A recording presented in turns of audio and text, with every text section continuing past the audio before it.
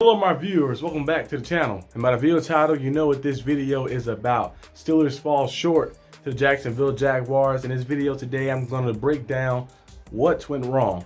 If you guys tune into the live watch party, thank you. If you didn't tune in, you have opportunity to tune in on Thursday too, because I'm going to be doing a live watch party on Thursday. And the day before that, on Wednesday night, I'm going to be doing a live game preview. So tune in for both of those. Steelers got a short week. They play the Titans.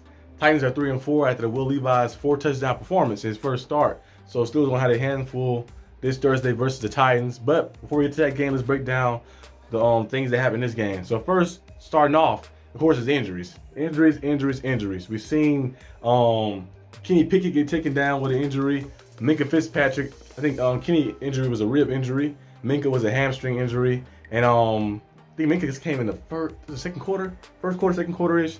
And Kenny came at the end of the second quarter. He got hit. Now, my only thing about the Minkah one, you know, his hamstring got tightened up a little bit. But the Kenny Pickett one, I have a little kind of thing about that one because Kenny Pickett went down with the injury from a hit from a defender.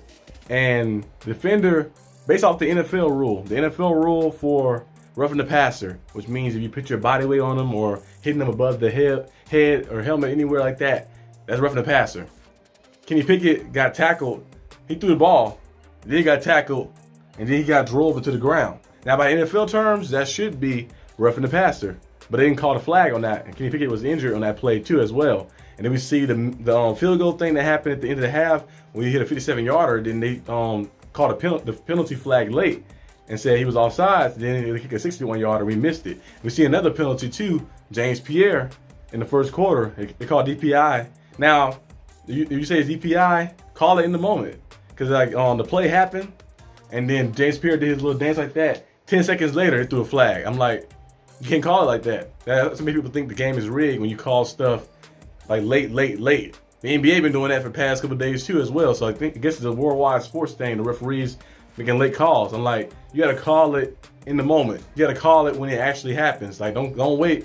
Like 10 seconds after, 12 seconds after the call to play, and then you saw people be angry at you, and you saw people think the game is rigged and think the sport is rigged as well. Don't get me wrong, I love rigged sports. You know, I'm a big fan of wrestling. I love wrestling. I love the storylines, the booking and stuff. But if you're gonna rig the sport, the NFL, let us know. Let us know right off the back so we can know to buy into it and let our minds delude for a little bit and to buy into the product. But if not, then call the stuff on time. Don't be calling the stuff late. Call it in the act, in the moment. If you miss it, don't try to backtrack and say, I'm gonna call it now like that, because it's not gonna pan out too well for you, pan out too good for anybody, and you end up just hurting people out there on the field.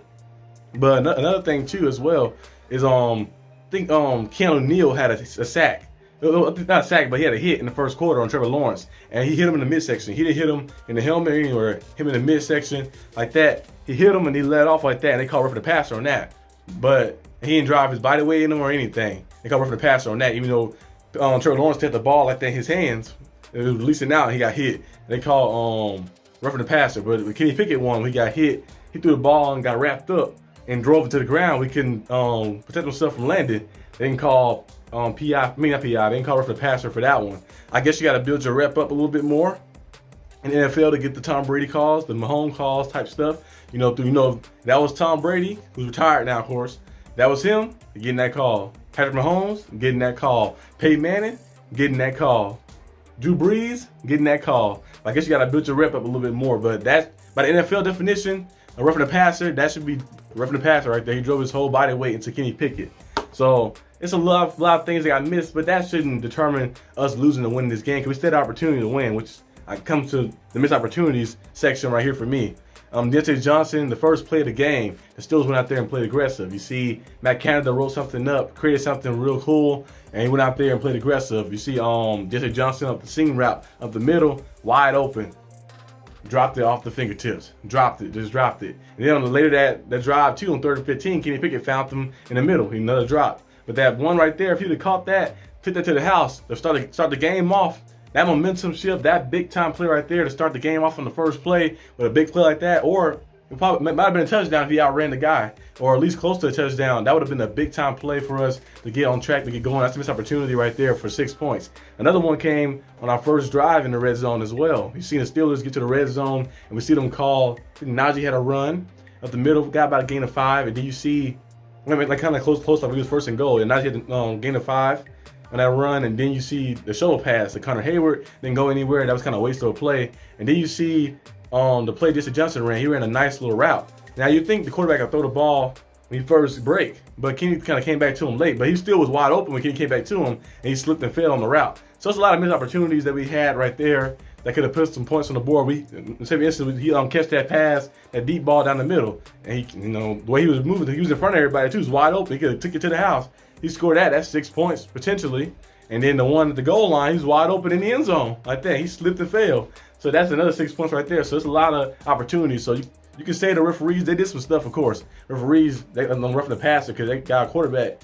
He got knocked out the game for that. Kenny Pickett got knocked out the game for that. We had Mr. Trubisky come in, and you know how Mr. Trubisky is. Once he came in the game, I was like, I don't know about this one because Mr. Trubisky, I thought, as we said before, he's of course, like he's not like flat out terrible, but he's just not good. He's not good. Like he's not good. He's gonna give you good and bad.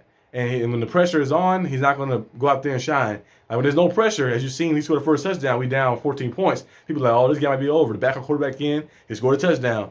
Pressure on, the Steelers hit the ball back. It's on 10-17 after the big T.J. Watt sack to knock him out of field goal range to force a punt.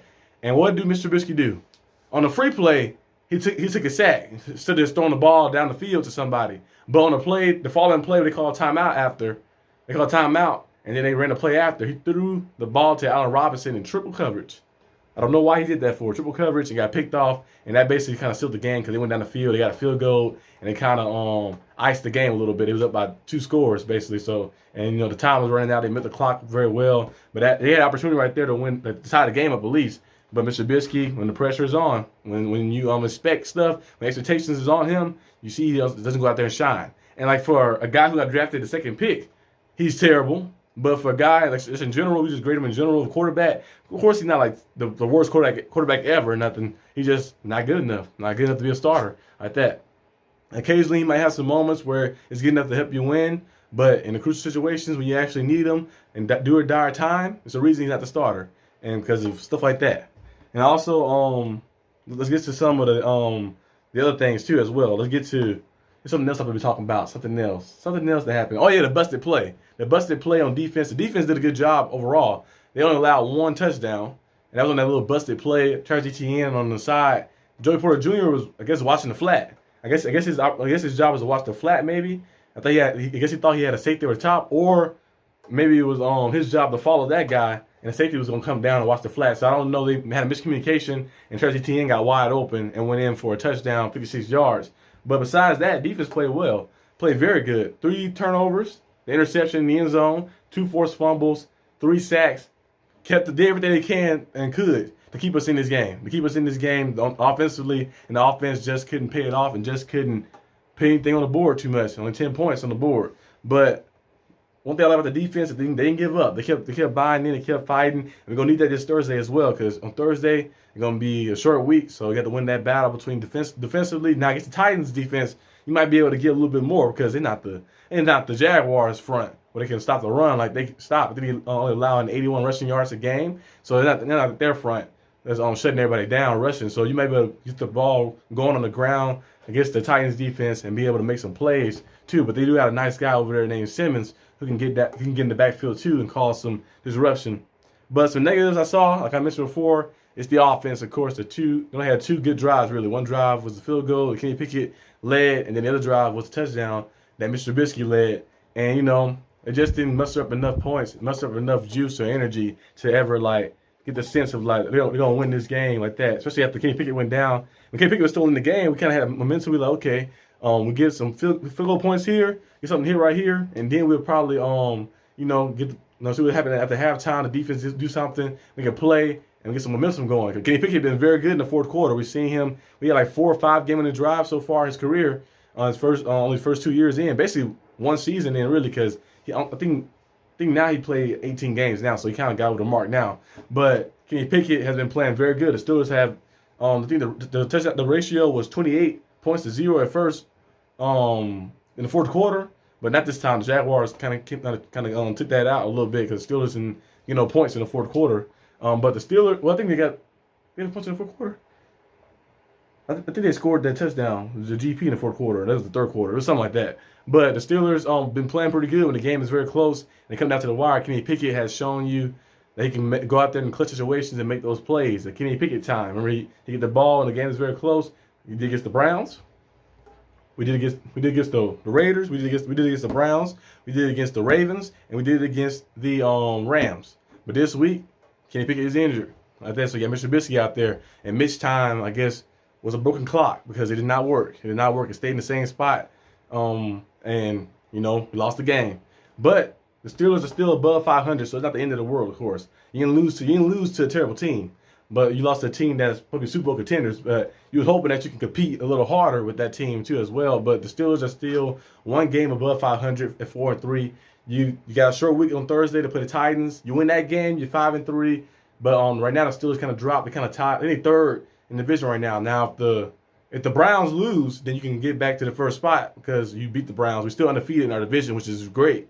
Still undefeated in our division. You got to play the Ravens again in Baltimore. You got to play the Bengals twice, and then you also got to play the Browns in Cleveland this time too as well. So the Steelers can keep one of those division games, but you got to find a way to not lose too many of the AFC matchups. We lost one to the Texans already. We got blown out. And then we lost this one to the Jaguars. The AFC South has been beating us. Hopefully we can change that this Thursday, win against the Titans, and try to get back on track as well. Another win streak going. But overall, the game wasn't the best game, but it's not the end of the world. Still above 500, still opportunity to make the playoffs still as well. Still a lot of football left to play, so we're going to see what the Steelers do to adjust. But that's all I got for the video today, guys. If you like this video, leave a like and subscribe, and I'll see you guys next time on the channel. Peace out.